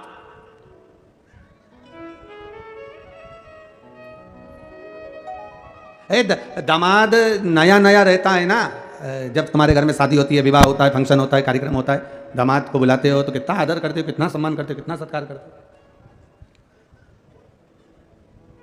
कितना आदर, कितना सम्मान, कितना सत्कार। जब तुम्हारे घर में शादी होगी तब दामाद जी को कहाँ है, मंडप लगाना है, दामाद कहाँ है, ये काम करना है, दूल्हे को घोड़ी पे बिठाना है, दामाद कहाँ है। जब तुम्हारे घर में शादी होगी तब दामाद को लड्डू पेड़ा गुलाब जामुन इमरती भजिया पकोड़ा सब कुछ खिलाया जाएगा। और जब जब हर 5 साल में वोटिंग होगी तब तब तुमको भी, क्योंकि तुम सब दामाद हो, सब सोचिए, विचारिए, अपनी चित्त वृत्ति में उतारिए। हमें अगर पकड़ना है तो बाबा का चरण पकड़ना है, हमें अगर पकड़ना है तो भगवान शिव की शरणागति पकड़ना है। हम अगर रो रहे हैं कोई आंसू पोंछने वाला नहीं होगा। जितने शिव महापुराण क्या आप अपने लौकिक जीवन में देखिए, शादी आपके घर में होती है, दूल्हा घोड़ी पर बैठ कर चलता है। जब दूल्हा घोड़ी पर चलता है तुम्हारी यहाँ खुशियां आती हैं, खूब धन, खूब आनंद में 10-10 का नोट उछालते हो, 20 का नोट फेंकते हो, 50 का नोट उठाकर फेंकते हो। जब तुम्हारे घर में शादी हो, फंक्शन हो, किटी पार्टी हो, कोई अच्छा कार्य हो, सारे घर के लोग आगे नाचते हैं। और जैसे ही घर में कोई मर गया उसको लेकर जाते हैं तो पूरे परिवार के लोग, रिश्तेदार सब अर्थी के पीछे हो जाते हैं। शादी में दूल्हे के आगे, मरने पर अर्थी के पीछे। शिव पुराण कहती है सुख में सब आगे हैं, दुख आते से जैसे ही तुम्हारे ऊपर तकलीफ आई सारे के सारे पीछे भागे। अब तुम क्यों मामा जी 10 लाख रुपए की जरूरत है, तुम कर सकते हो मामा जी, अरे बोलते जा पीछे। काका जी वो बेटा और बहू का झगड़ा हो गया, अदालत में बात चल रही है, काका जी तुमने ही शादी पक्की कराई थी, तुम जरा लड़की वालों से जाकर बोलो ना, इतना केस लगाया उन्होंने, हम पर दहेज का केस लगा दिया, सब थाने में बंद है। काका जी तुमने शादी कराई, तुम जाके बोलो ना, लड़की वाले से थोड़ा तो कह सकते हो ना। काका जी पीछे। जरा सी कोई घटना घट गई, तुम एक एक को अजमा के देख लेना, एक एक को यहाँ जितने बैठे हो ना, और जितने आस्था चैनल पर कथा सुन रहे हो, जितने फेसबुक यूट्यूब पर कथा सुन रहे हो, दुख की घड़ी में एक एक को आजमाना, मुझे 20 लाख दे दो, मुझे 15 लाख दे दो, मुझे 25 लाख दे दो, मुझे 10 लाख दे दो। दुख की घड़ी में आजमा कर देखना, एक भी नहीं आगे होगा, सब पीछे होंगे। दुख की घड़ी में केवल तुम्हारा एक साथ दे सकता है। तुमने जो एक लोटा जल महादेव को चढ़ाया, एक बेलपत्र जो समर्पित करी, वो तुम्हारा साथ दे सकता है। तुमने जो भगवान का भजन करा, जो तुमने राम नाम, कृष्ण नाम, शिव नाम, जो तुमने लिया है भगवान का नाम, वो तुम्हारा साथ दे सकता है। जो तुमने दान करा पूर्व में, वो तुम्हारा साथ देगा। जो तुमने पुण्य करा पूर्व में, वो तुम्हारा साथ देगा। मैं ये श्री घनश्याम लाल जी अग्रवाल जी के परिवार में जो कथा हो रही है, मैं इनको धन्यवाद दूंगा। उसके साथ में इनके घर में होने वाली वो पोती को धन्यवाद दूंगा, जिसके कारण ये कथा हो रही है। ये कथा नहीं होती अगर वो नहीं होती।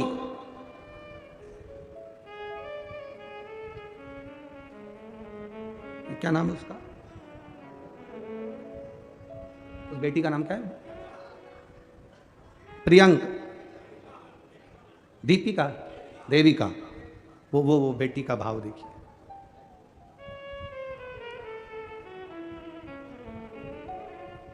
शिव कथा उसी देविका ने जो जन्म लिया है, उस बेटी ने, बस हाँ यही है। इसी के जन्म लेने पर संकल्प लिया गया था, अगर घर में बच्ची का जन्म होता है तो हम एक बार बाबा देवादिदेव महादेव कृपा कर दे तो शिव महापुराण की कथा का ये शिव तत्व है, ये शंकर की उदारता। ये कोई तुम्हारे पूर्वजों में से कोई अच्छा जीव जिसने दान पुण्य संकीर्तन भजन कीर्तन स्मरण किया होगा, वो जन्म ले लेता है, उसके पुण्य प्रबल होते हैं। घर के माता पिता दादा दादी और परदादा दादी के कोई पुण्य प्रबल हुए होते हैं, तब जाकर ये शिव पुराण की कथा अपने परिवार में हो रही होती है। ये विचार करिए। और लाखों भक्त, करोड़ों लोग इस कथा का स्मरण कर रहे हैं। केवल तिल्दा नेवरा में छत्तीसगढ़ की धरा पर जितने बैठे वो नहीं, केवल आस्था चैनल पर फेसबुक यूट्यूब पर ना जाने करोड़ों करोड़ों लोग दिन भर इस कथा का रसतत्व ग्रहण कर रहे हैं। ये हमारे भीतर का भाव होना चाहिए कि हमें अगर 24 घंटे में से 4 घंटे सोने के लिए, विश्राम के लिए उस नंदनार को दिए जाते थे, बाकी के 20 घंटे उससे काम लिया जाता था, पर उसके मुंह पर सल नहीं आता था, क्योंकि वो शिव के भरोसे रहता था। अगर तकलीफ आई है, मिटाने वाला मेरा महादेव है। भोलेनाथ दया करना, मैं तेरे भरोसे जितने बैठे हो एक बार दिल से बोलिए, मेरे बाबा दया करना, मैं। आवाज नहीं आई, जरा जम के फिर से बोलिए, मेरे बाबा दया, मैं तेरे भरोसे, ना घर के भरोसे हो, ना परिवार के भरोसे हो, ना घर के भरोसे हो, ना परिवार के भरोसे हो, मेरे बाबा दया करना, मैं तेरे भरोसे हूँ, मेरे बाबा दया करना, मैं तेरे भरोसे हूँ, ना इनके भरोसे हूँ, ना उनके भरोसे हूँ, ना इनके भरोसे हूँ, ना उनके भरोसे हूँ, मेरे बाबा दया करना, मैं तेरे भरोसे हूँ, मेरे बाबा दया करना, मैं तेरे भरोसे। हम उसके सहारे जिए, दुनिया के भरोसे पर नहीं जीना। हम दुख आएगा, सब साथ छोड़ देंगे, कौन आने वाला। अच्छा, फिर एक प्रश्न आपसे करें, उत्तर देना। जब व्यक्ति वेंटिलेटर पर पड़ा रहता है, हॉस्पिटल के उस आईसीयू रूम में, वेंटिलेटर के रूम में, तुम लोगों को जाने देते हैं क्या? सुबह 5 मिनट, आधा घंटा, 1 घंटा मिलने का कह देते हैं। एक आध जनी जाना, चप्पल बाहर उतारना, अंदर जाना। चप्पल कहाँ उतारना? अरे जम के तो बोलो, बाहर। अब तुम कहोगे कि वेंटिलेटर का रूम है तो हमारी चप्पल क्यों बाहर उतरवा, चप्पल बाहर। उस वेंटिलेटर के रूम में जाने के लिए उसकी चप्पल भी अलग होती है। बोलो सही है कि गलत है? वो चप्पल पहन लो, अंदर चले जाओ, सफाई होना चाहिए। डॉक्टर को भी मालूम है कि वेंटिलेटर का रूम नहीं है वो, अंतिम घड़ी में कोई नहीं आता, तब वो जो वेंटिलेटर पर पड़ा है उसने जिसको याद किया पूर्व में, वो उसके पास बैठा रहता है। तो चप्पल बाहर उतारवा दिया जाता है कि वेंटिलेटर के रूम में भी जाना तो वहाँ नंगे पैर जाओ, या वहाँ की कोई चप्पल पड़ी है वो पहन कर जाओ, क्योंकि जो अंदर पड़ा है उसके साथ कोई नहीं है, केवल उसने जो पुण्य करा, उसने जो भजन करा, उसने जो शिव कथा सुनी, उसने जो लोटा भर के जल चढ़ाया, बस वो और उसका महादेव उसके साथ पलंग पर है, बाकी के सब बाहर। कौन आए? अंत समय प्रभु आना पड़ेगा, वचन दिया तो निभाना पड़ेगा। आए ना आए प्रभु कुटुंब कबीला, अंत समय प्रभु आना पड़ेगा, और वचन दिया तो निभाना पड़ेगा। लोटा भर के जल तुम चढ़ाते हो, बाबा तुम्हारा हाथ पकड़ लेता है। बेलपत्र तुम चढ़ाते हो, बाबा तुम्हारा हाथ पकड़ लेता है। बाबा ने पकड़ लिया। अब तुम्हें चिंता नहीं करना, अब छोड़ दो उसके ऊपर। एक माँ ने लिखा है कि मेरे बेटा और बेटी की शादी नहीं हो रही थी, किसी ने पत्र में लिखा, पत्र ढूंढे सो तो बेटा बेटी की शादी नहीं हो रही थी, उसने भगवान से प्रार्थना करी, पशुपति व्रत करा, तो भी नहीं हुआ।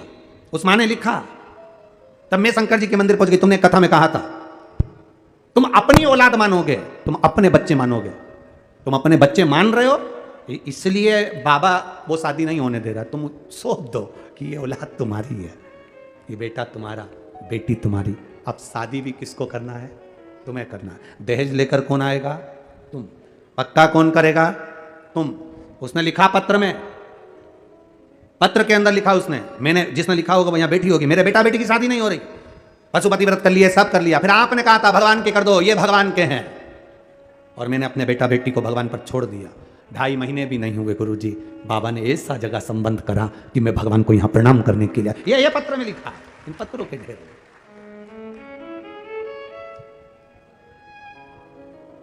उसको ढूंढा जाए तो समय लगता है थोड़ा, पढ़ लेते हैं तो रख देते हैं ध्यान। अंत समय प्रभु आना वचन दिया तो निभाना पड़ेगा, आए ना आए प्रभु कुटुंब तरी, अंत समय प्रभु आना पड़ेगा, और वचन दिया तो निभाना पड़ेगा। शिव कृपा उसी को कहते। अब ढूंढे सो तो टाइम लगे। शंकर की करुणा इसी को कहते। एक पत्नी ने संकल्प ले लिया, मेरे पति की सरकारी नौकरी लगना चाहिए, तेरे दरवाजे पर आती हूं। उसका भी पत्र है।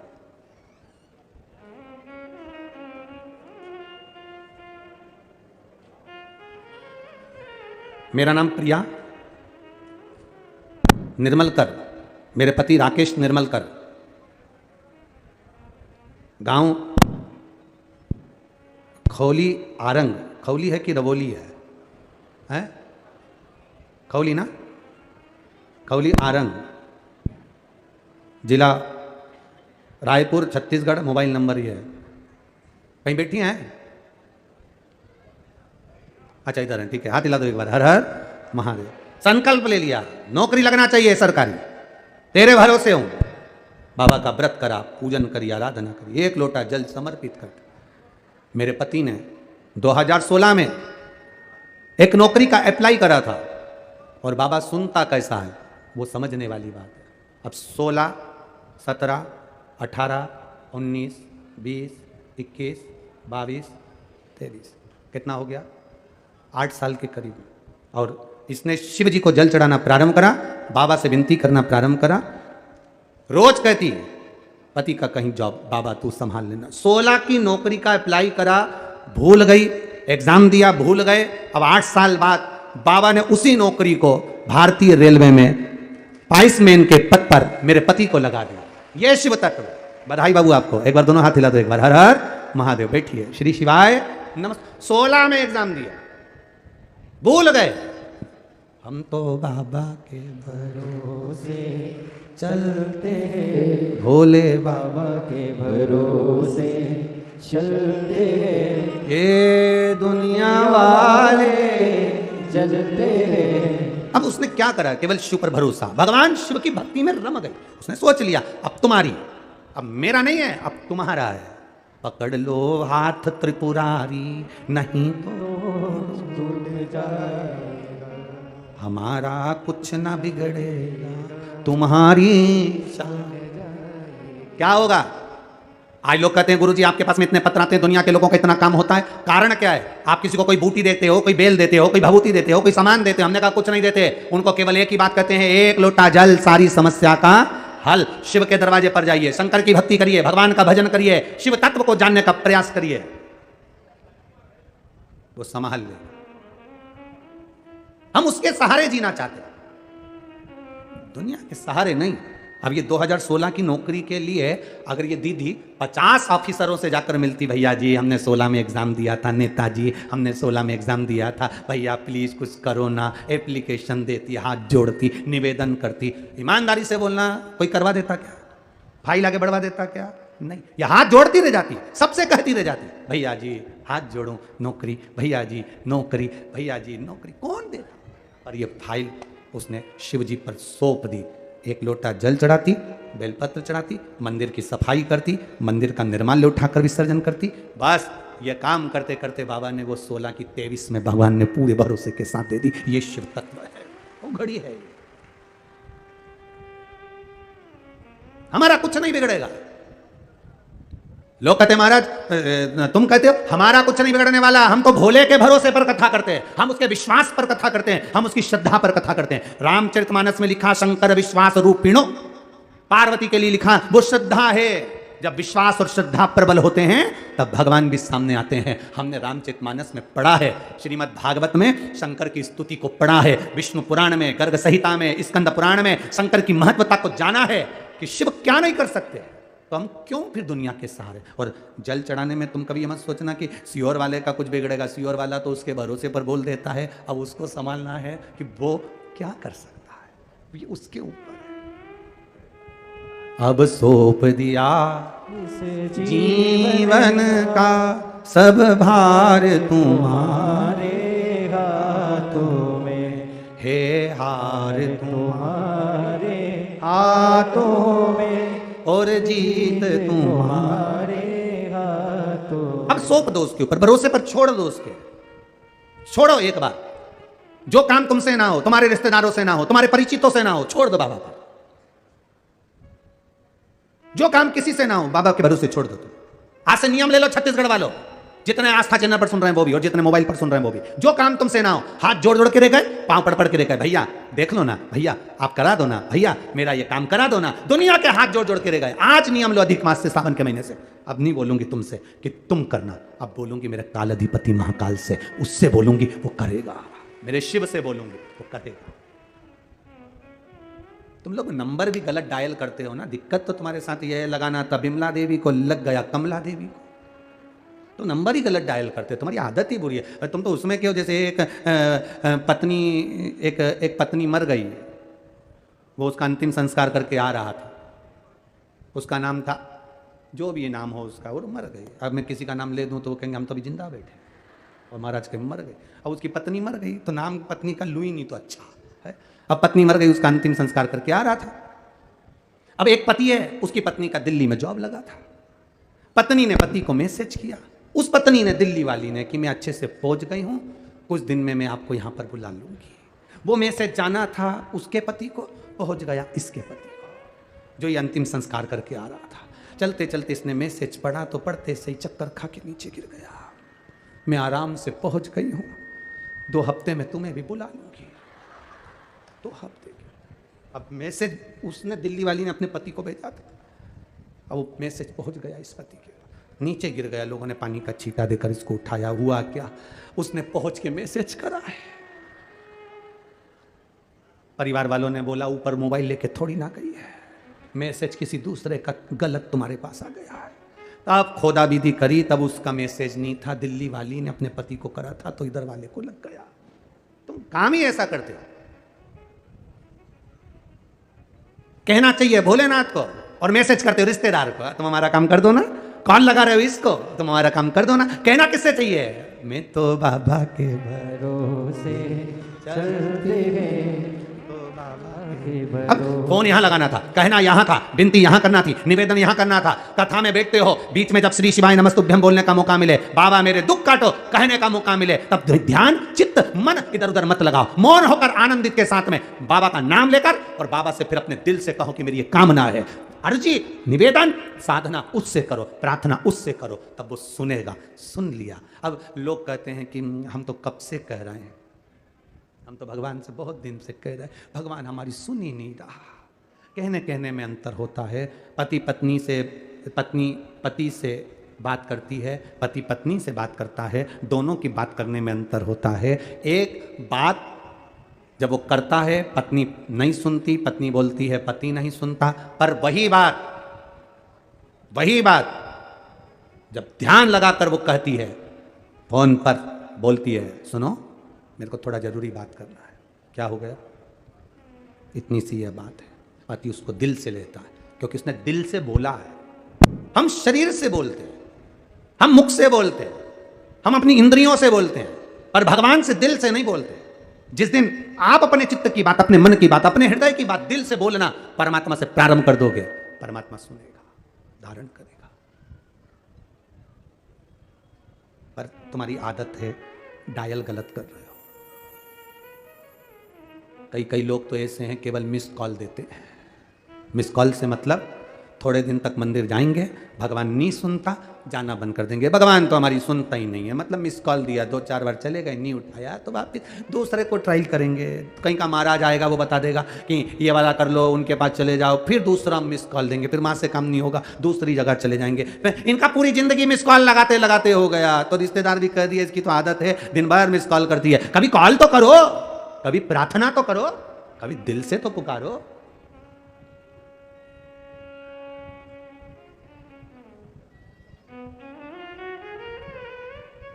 अरे तुमरे बिना हमरा कौन नहीं, हमारी उलझन सुलझाओ भगवान तुमरे बिना हमरा कौन नहीं, ओ पालन हारे निर्गुण न्यारे, तुमरे बिना। हमरा कौन नहीं। जिस दिन तुमने ये अजमा लिया कि तेरे बिना कोई नहीं है, कोई नहीं,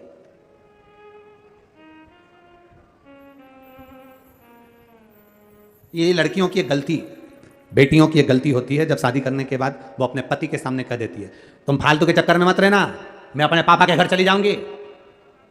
नहीं, तुम्हें भरोसे पर कहना चाहिए, तुम्हारे साथ शादी कर कर आई हूं, तुम जैसा रखोगे वैसी रहूंगी, मुझे कोई किसी से मतलब नहीं। जब तुम मेरे साथ हो तो मैं सबसे लड़ लूंगी, पर तुम्हारा साथ नहीं छोड़ूंगी। ये होना चाहिए।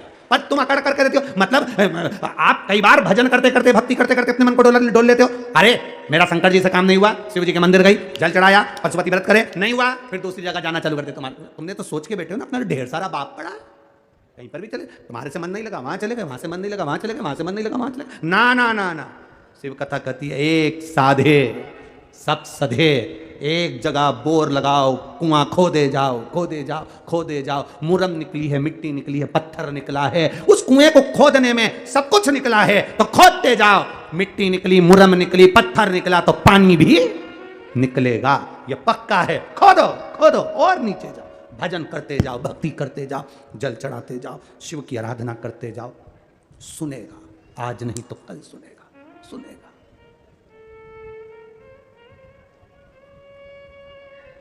अरे तुमरे बिना हमरा कौन नहीं, हमारी उलझन सुलझाओ भगवान तुमरे बिन हमरा कोने उस बहन ने इसमें पत्र में लिखा, बहन ने शंकर भगवान के सामने जाकर कह दिया, उसको नहीं मालूम कि 2016 की नौकरी का उसने कर, बस बोल दिया तू संभाला, अब तेरे भरोसे किसी के दरवाजे पर हाथ नहीं जोड़ो, किसी से निवेदन नहीं करो।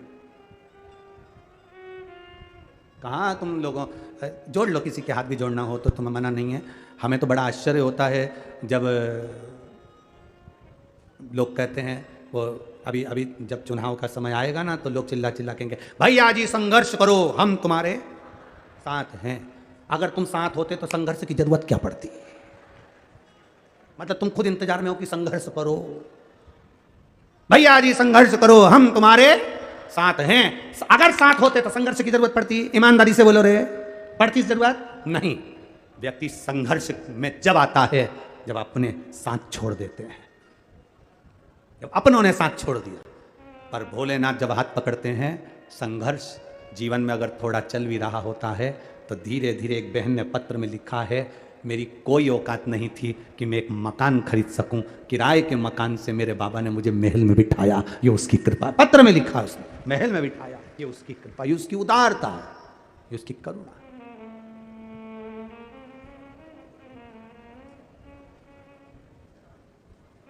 आपका विश्वास दृढ़ करिए, आपका भरोसा दृढ़ करिए। देवराज नाम का ब्राह्मण, भरोसा नहीं था बाबा पर पूर्व के पुण्य प्रबल हुए थे, इसलिए बेलपत्री के वृक्ष के नीचे शिव कथा थोड़ी सी सुनकर प्राण त्यागी और शिव के धाम गया। पूरे बगीचे में से फूल वही लिया जाता है जो आपको प्रिय लगता है। तिल्दा नगर में भी ढेर लोग रहते होंगे, आसपास के गांव में भी ढेरों लोग रहते होंगे, पूरे छत्तीसगढ़ में ढेरों लोग रहते होंगे। क्या सब शिव महापुराण की कथा में पहुंच जाते हैं? बोलो जम के, पहुंचते हैं? नहीं। बाबा को जो फूल अच्छा लगता है, बाबा अपने बगीचे में वही फूल रखते हैं, बाकी के सब तो पड़े रहते हैं। शिव को प्रिय लगना चाहिए, ओगरदानी की प्रियता होना चाहिए। आप सब जितने भी इस पंडाल में कथा सुनने के लिए बैठे हैं, जितने भी आस्था चैनल के माध्यम से कथा सुन रहे हैं, फेसबुक यूट्यूब के माध्यम से कथा सुन रहे हैं, ये आपकी प्रियता है। कई लोग ऐसे भी हैं जो दिन में कथा नहीं सुन पाते, रात्रि को सुनते हैं। कई लोग ऐसे हैं अपने मोबाइल में सेव कर रख लेते हैं, बाद में सुनते हैं। कई लोग ऐसे हैं शिव महापुराण का कोई भी तत्व आया, उन्होंने दूसरे को फॉरवर्ड कर दिया। कई लोग ऐसे हैं कथा का थोड़ा सा क्रम अगर छट कर भी आ गया तो लोगों को भेज दिया। मतलब स्वयं सुनो, दूसरों को सुना रहे हैं, दूसरे के हृदय में भी शंकर के विश्वास को जागृत कर रहे हैं। शिव के विश्वास को जागृत किया जाए, शिव तत्व को जागृत किया जाए, भक्ति को जागृत किया। देवराज कितना, और पहले के समय में ना जी भर के देखा, ना कोई बात की, बड़ी आरज़ू थी मुलाकात। हमने देखा ही नहीं उसको। लड़की से पूछा उसके माँ बाप ने, तुमने देखा क्या? बस मैं तो चाय रखा गई। लड़के से पूछा, लड़की देखी क्या? बस उसने चाय रखी वो चली गई, देखा ही नहीं। पक्का रिश्ता हो गया। ऐसा रिश्ता पक्का हुआ 7 जन्म तक निभा, 7 जन्म तक। और जो देखभाल के हुआ, सब कुछ देखा करा, सब कुछ हुआ। और जाने दो, नया नया फैशन आ गया। शादी के पहले लड़का लड़की ना जाने कहाँ घूमने जाते हैं और एक्स्ट्रा फोटो खिंचवाते हैं। फिर उन फोटो को शादी के स्टेज पे LED लगा के दिखाया जाता है। भगवान क्या बोलते हैं उसको? प्री। हाँ तुम समझ गए ना बस। हाँ उतना, हाँ, क्योंकि फ्री वाले ही प्री को समझ सकते हैं। अब अपने पास इतना टाइम ही नहीं कि अपन उसको समझे। हाँ जो भी है, फोटो खिंचवाते हैं, फिर उसको टीवी पर दिखाते हैं। वहीं सास ससुर बैठे और वहीं पर आड़े टेढ़े वस्त्र पहनी बहू का फैशन दिखाते। कितना बुरा लगता होगा रे, जरा विचार करिएगा। ये फैशन को ऐसा एक कपड़े में लपेट के और उसमें घासलेट का तेल डाल के और चूल्हा में डाल दो, ऐसा फैशन किसी काम का नहीं। शादी के पहले लड़का और लड़की के चित्रों को इस तरह से सारी दुनिया में प्रेषित किया जाए, ये ठीक नहीं है। हमारे घर की बहन बेटी को ऐसा दिखाया जाए कि वो दोनों कहीं, वो ऐसा हाथ करा और ये यूं यूं फिर कन्नी जैसी घूम रही। हमारे यहाँ पहले लड़का, हमारे घर के बच्चे ऐसे रस्सी बांधते थे, ऐसे ऐसा तवड़ा बहुरा आता था, उसको रस्सी से यूं बांध के यहाँ यूं फंसाए और यूं फेंके और वो यूं घूमे। तो कहीं ये भौरे की औलाद है कहीं कि यूं घूमे? ऐसी काय की पीरी और फिरी, बंद होना चाहिए ये काम, गलत है। बुजुर्गों के आगे घर की बहू बेटी को इस तरह से दिखाना ये श्रेष्ठता नहीं लगती, इसकी रोक होना चाहिए। प्रत्येक समाज को ये रोकना चाहिए कि ये नहीं, आपके फोटो खिंचवाओ मना नहीं है, अपनी एल्बम में लगाओ मना नहीं है, पर 4 लोगों में सामने ना दिखाया जाए। एक लड़की के भाव को, उसके सम्मान को प्रेषित ना किया जाए, उसकी आदर होना चाहिए, सत्कार होना चाहिए, उसका सम्मान होना चाहिए। ये ठीक था नहीं है। बिंदुक की पत्नी चंचुला देवी ने भगवान शिव की आराधना कर शिव महापुराण की कथा करवाई। तम्रका जी से कथा प्रारंभ हुई। देवादिदेव महादेव, महादेव पार्वती दोनों ईश्वर जी गोरा जी बनकर कथा सुने। नंद नार की कथा रह गई है।